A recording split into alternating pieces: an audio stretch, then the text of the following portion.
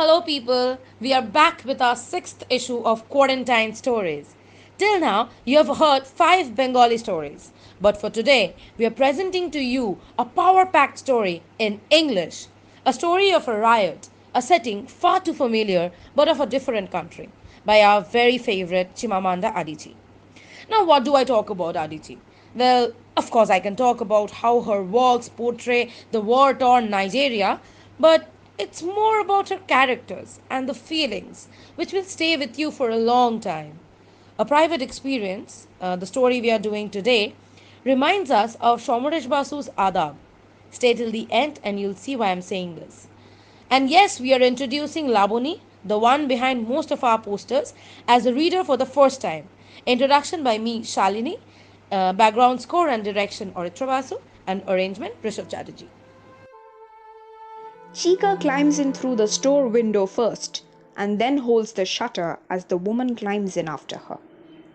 The store looks like it was deserted long before the riot started. The empty rows of wooden shelves are covered in yellow dust, as are the metal paint containers stacked in a corner. The store is small, smaller than Chika's walk-in closet back home. The woman climbs in, and the shutters of the window squeak as Chika lets go of them. Chika wants to thank the woman for stopping her as she dashed past, for saying in Pidgin English, "I saw people running from that direction." But before she can say thank you, the woman says, "I lost my necklace when I was running. I didn't even know. I dropped everything." Chika says, "I was buying oranges and I dropped the oranges and my handbag as well." She does not add that the handbag was an original Burberry, that her mother bought it on a recent trip to New York. The woman sighs, and Chika imagines that she is thinking of her necklace, probably plastic beads strung on a piece of string.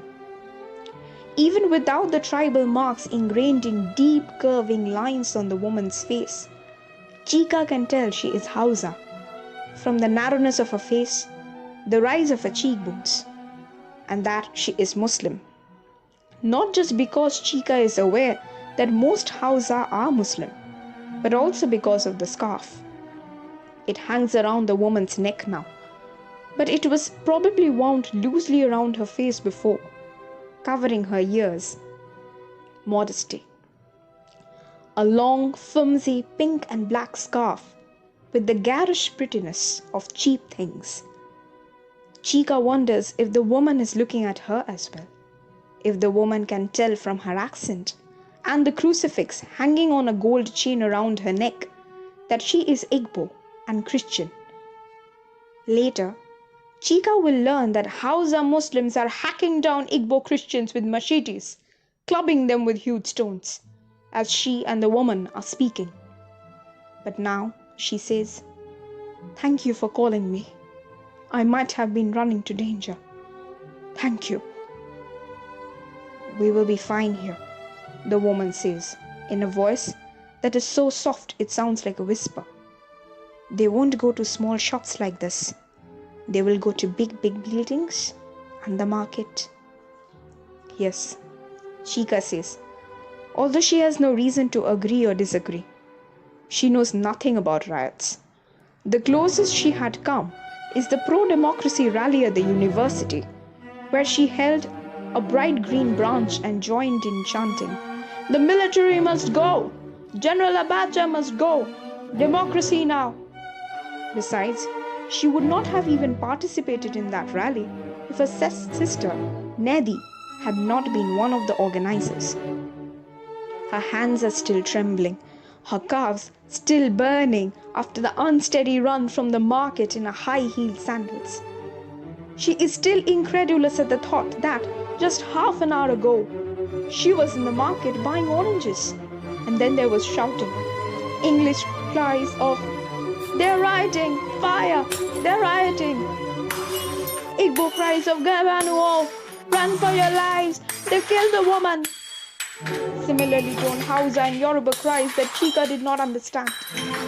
Then people around her were running, pushing against each other, overturning wheelbarrows full of yams, leaving behind bruised vegetables they had just bargained hard for. Stampede. Chica smelled the sweat and fear, and she ran too, across wide streets into this narrow one, which she feared, felt, was dangerous, until she saw the woman. She and the woman stand silently in the store for a while, looking out of the window they have just climbed through, its squeaky wooden shutters swinging in the air. The street is quiet at first, and then they hear the sound of running feet. Soon a man and a young lady appear. The young lady is holding her wrapper above her knees and has a baby tied to her back.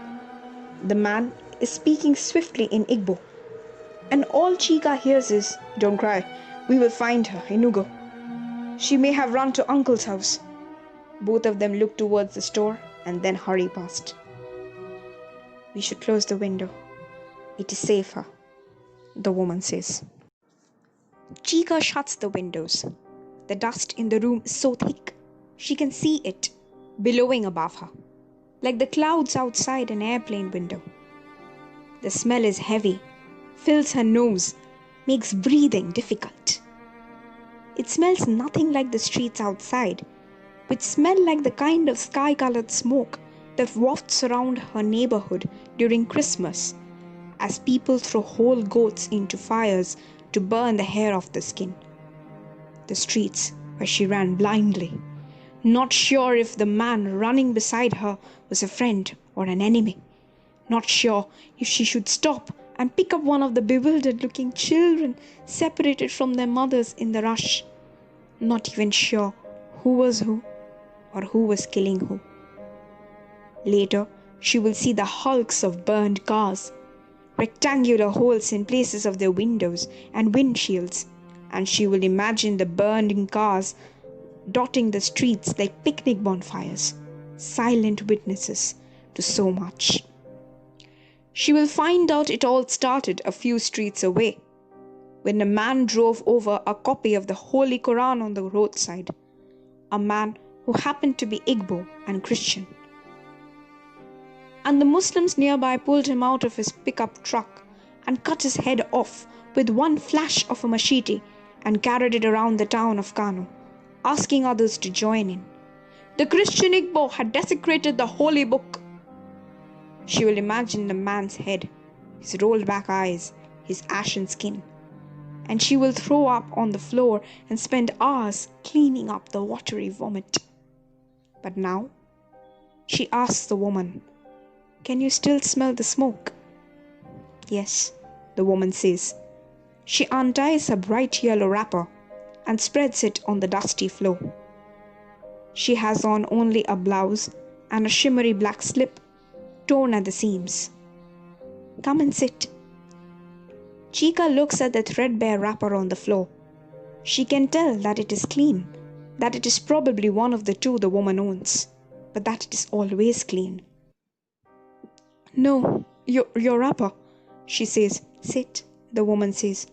"We'll be here a while." "Do you have any idea how long?" "We should stay at least till tonight or tomorrow morning." "Oh God," Chica says. She raises her hand to her forehead, as though checking for a malaria fever. The touch of her cool palm usually calms her, but this time her palm is moist and sweaty. "My sister. I left my sister buying pineapples. I don't know where she is." She will run to a safe place. "Nedi." "Huh?" "My sister. Her name is Nedi." "Nedi," the woman repeats, and a Hausa accent sheets the Igbo name in feathery gentleness. Later, Chica will comb the hospital mortuaries looking for Nedi. She will go to newspaper houses, clutching the photo she and Nedi took at the studio just 2 weeks ago, the one where she has a stupid smile yelp on her face because Nedi pinched her just before the take. She will tape photocopies of the photo on the walls of the market and the stadium. She will not find Nedi. She will never find Nedi. But now she says to the woman, Nedi and I came up here last week to visit our auntie. We are on vacation from school. You go to school?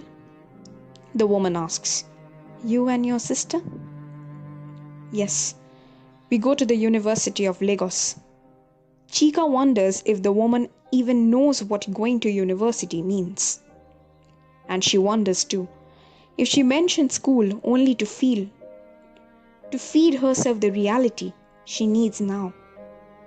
That Nedi is not lost in an insane riot. That Nedi is safe somewhere, probably laughing in her easy mouth all open way, probably making one of her political arguments.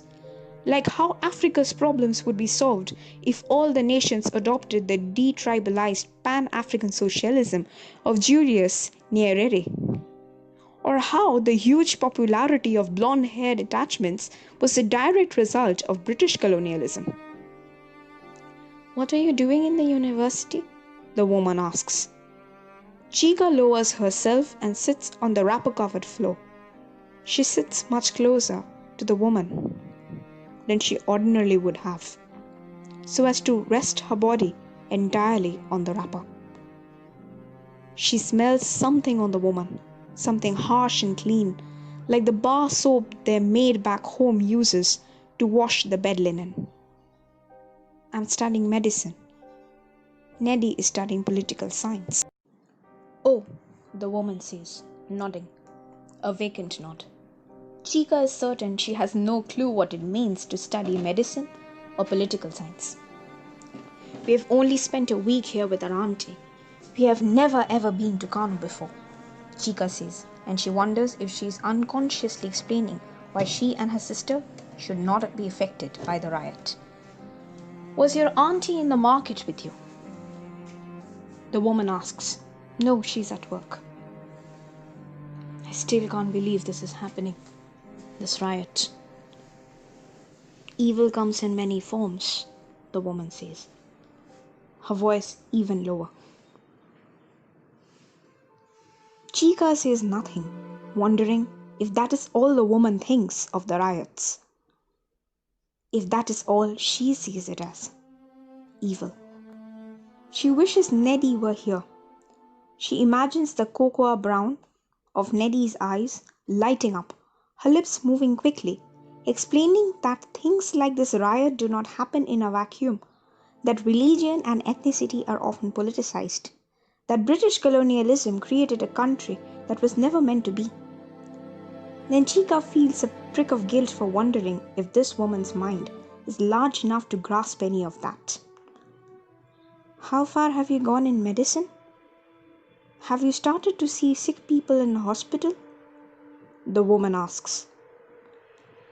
Chika turns to stare and then averts her gaze quickly, so that the woman would not see her surprise. My clinicals. Yes, we started this semester. We see patients at the teaching hospital. I'm a trader. I sell groundnuts and melons and onions, the woman says. Chika listens carefully for sarcasm or reproach in the tone, but there is none. The voice is gentle and low, a woman simply telling what she does. I hope they will not destroy market stalls, Chika says finally, because she does not know what to say, because she wants to say something that will match the dignity she feels swirling around her in the dust. There are always people who loot when there is a riot, the woman says. Chika wants to ask the woman how many riots she has witnessed, but she does not. She has read about other riots in the past, and they're mostly the same. Hausa Muslim zealots attacking Igbo Christians, sometimes Igbo Christians going on murderous missions of revenge. She does not want a conversation of naming names. My nipples have been burning, the woman says. What? My nipples have been burning, like pepper. Will you look at them? Before Chika can swallow the bubble of surprise in her throat and say anything, the woman pulls up her blouse and unhooks the front clasp of a blue, threadbare bra. She brings out the naira notes folded inside her bra before freeing her full breasts. Chika stares at her, at the oval-shaped face of a Hausa Muslim woman, a lower-class woman who puts money in her bra, a trader whose mind is not occupied with questioning abstract ideologies or case studies, but with the price of groundnuts, the length of the rainy season, the harvest of crops. "They burn," the woman says, cupping her breasts.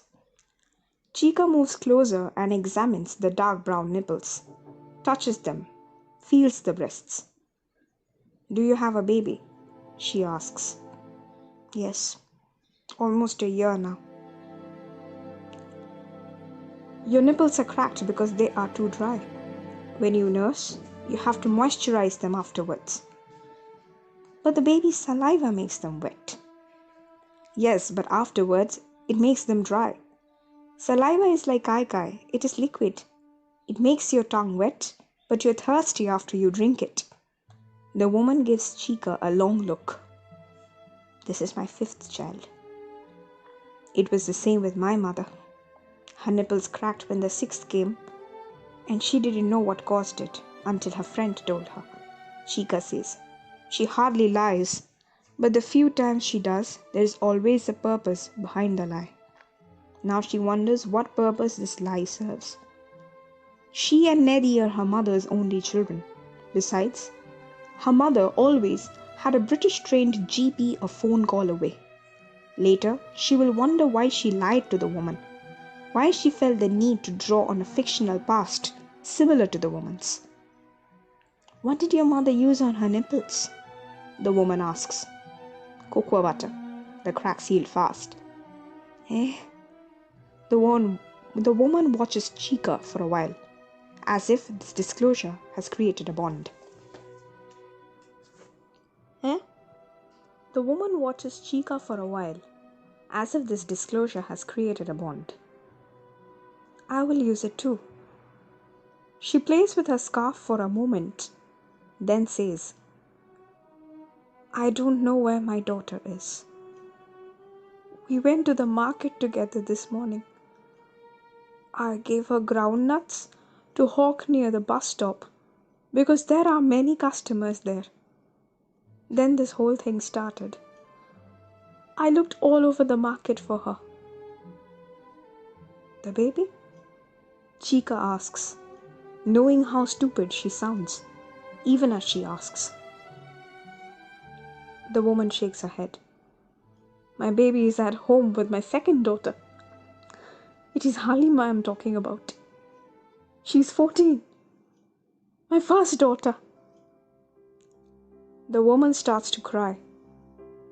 She cries quietly, her shoulders heaving up and down.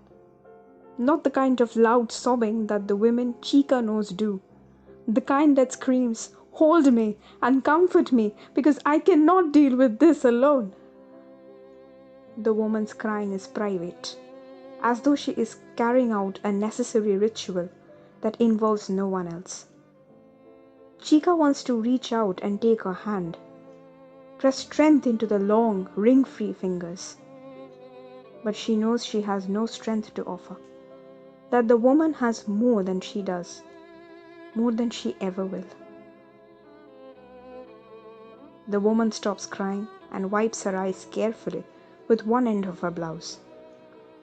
"May Allah keep your sister and Halima safe," she says.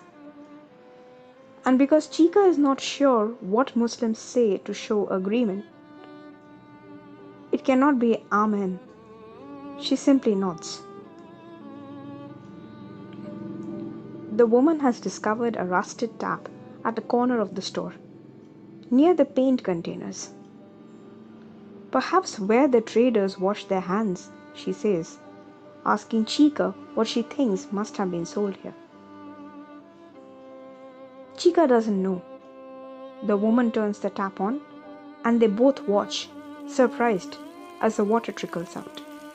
Brownish and so metallic, Chika can smell it already. Still it runs. I can wash before I pray, the woman says, her voice louder now, and she smiles for the first time to show tiny, even-sized teeth. Her dimples sink into her cheeks, deep enough to swallow half a finger. And Chica does not remember the last time she saw such radiance. The woman clumsily washes her hands and face at the tap, letting the water run into an empty paint container, then unfolds her scarf from her neck and places it down on the floor. Chica looks away. She knows the woman is on her knees, facing Makkah, but she does not look. It is like the woman's tears, a private experience. And she wishes she could leave the store, or that she too could pray, that she too could believe in the idea of a God, could see an omniscient presence in the still air of the store. Chica cannot remember when her idea of God has not been cloudy, like the reflection from a steamy bathroom mirror, and she cannot remember ever wanting to try to clean the mirror. Later, her family will offer masses over and over for Neddy to be found safe, never for the repose of Neddy's soul. And Chica will think about this woman, praying with her head to the dust floor, and she will change her mind about telling her mother that offering masses is a waste of money, that it is unofficial fundraising for the church. I have to go, Chica says. The woman shakes her head, stretching. Look at you. You're wearing western dress. Your hair is uncovered. They may be looking for people like you. I don't think anything is going on. We've been here for hours. The woman looks away. Chica walks to the window slowly and opens it. She expects to hear the woman ask her to stop, to come back, to not be rash. But the woman says nothing, and Chica feels the quiet eyes on her back as she climbs out of the window. The streets are silent, empty. Chica looks around, unsure which way to go. She prays that a taxi will appear by magic, by luck, by God's hand. Then she prays that Neddy will be inside the taxi, asking her where the hell she has been. They have been so worried about her. Chica has not gotten up to the end of the second street towards the market when she sees the body. She almost doesn't see it, walks so close to it that she feels the heat. It has been very recently burned. The smell is sickening, of roasted flesh, unlike that of any she has ever smelled. Later, Chica will see other bodies on the street, often burned, each lying vertically on the sides of the street, as though someone carefully pushed them to the street sides, straightening them. She will look at only one of the corpses, naked, stiff, face down, and it will strike her that she cannot tell if the partially burned man is Igbo or Hausa or Christian or Muslim from looking at that charred flesh. She will listen to BBC radio and hear the detached accounts of the deaths in the riots. Religious, with the undertones of ethnic tension, the clipped voice will say. And she will fling the radio to the wall, and a fierce red rage will run through her at how it has all been packaged and sanitized and made into fit to so many words. All those bodies.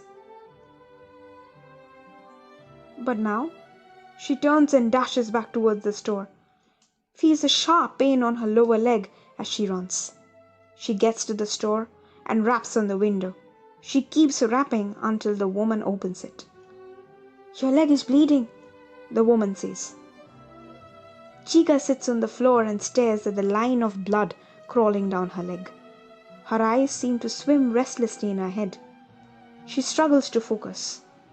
It looks alien, the blood, as though someone squirted red paint on her, or tomato paste, or palm oil. The woman wets one flimsy end of the scarf at the tap and cleans the cut on Chica's leg, then ties the wet scarf around it. Chica smells the nauseating metallic water and then sees the burned corpse in front of her, swinging in the air, its black face grimacing. Later, Chica will read The Guardian, where Hausa and Muslim, like detached viruses, are named as the reasons for the riot. And in the middle of her grief, she will feel an unreasonable pride that she knew the woman, that she examined the nipples and experienced the gentleness of a woman who is Hausa and Muslim. Chica hardly sleeps all night. The dust crawls up her nose, thick and gritty. Finally, she hears the woman get up and open the window, letting in the dull blue of early dawn. The woman stands there for a while before climbing out. Chica can hear footsteps, people walking past perhaps. The woman climbs back into the store. I saw a fellow trader. He says the rioters are gone. We should go now. Soon the soldiers will come and start to harass everyone they see. Are you going home? Chica asks. I will go to the market first, to see if there is anything left in my stall. Get up. Chica stands slowly and stretches.